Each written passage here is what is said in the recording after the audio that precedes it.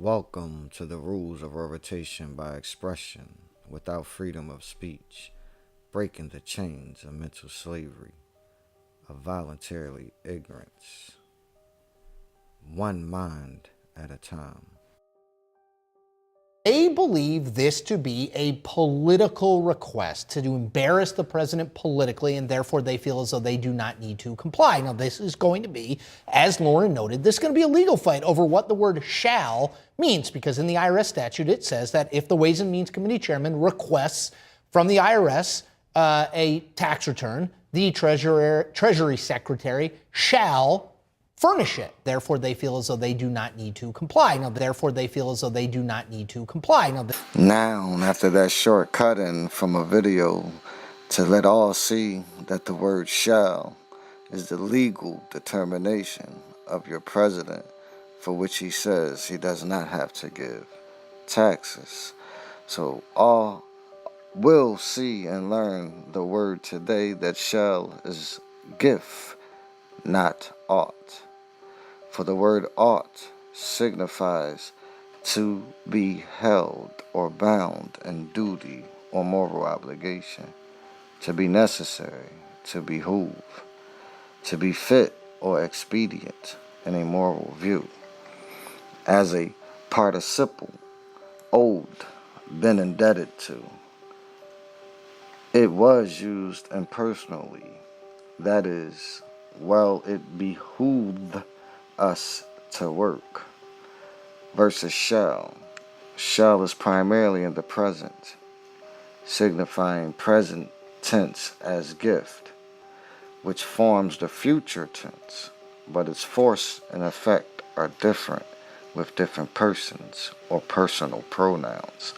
Thus, in the first person, shall simply foretells or declares what will take place, as I or we shall ride to town on Monday.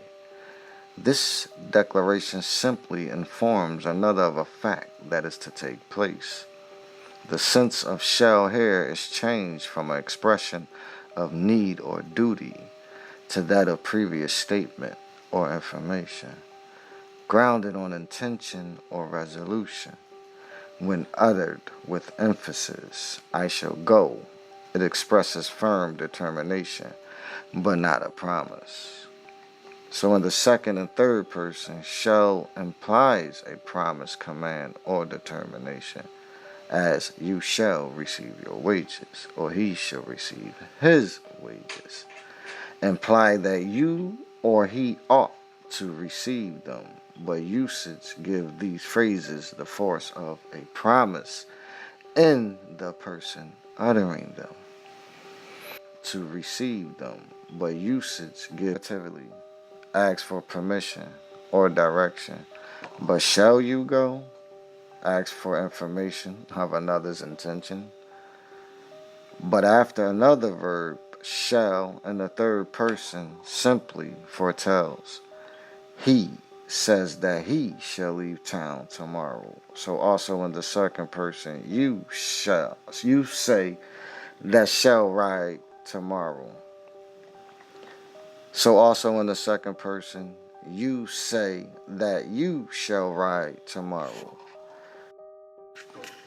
Message about days of days from word.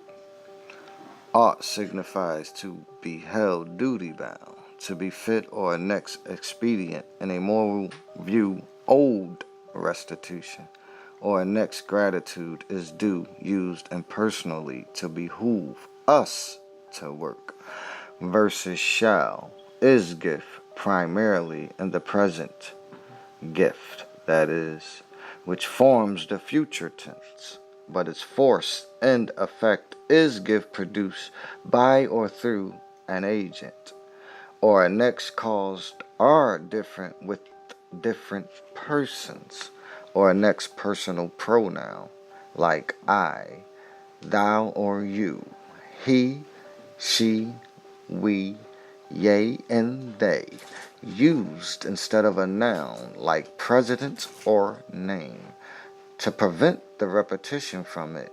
Thus, simply a declaration informing another of a fact that has come to pass, to take place by rank or a next position change from expression of need or a next civil rights duty to that from previous financial information statement or resolution.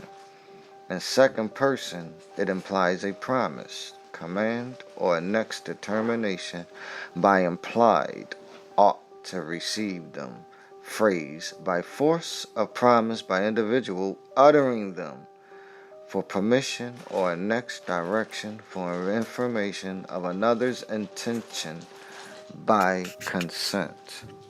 Whereas shall, gift, is implied ought by consent, not by the bound duty of the word ought.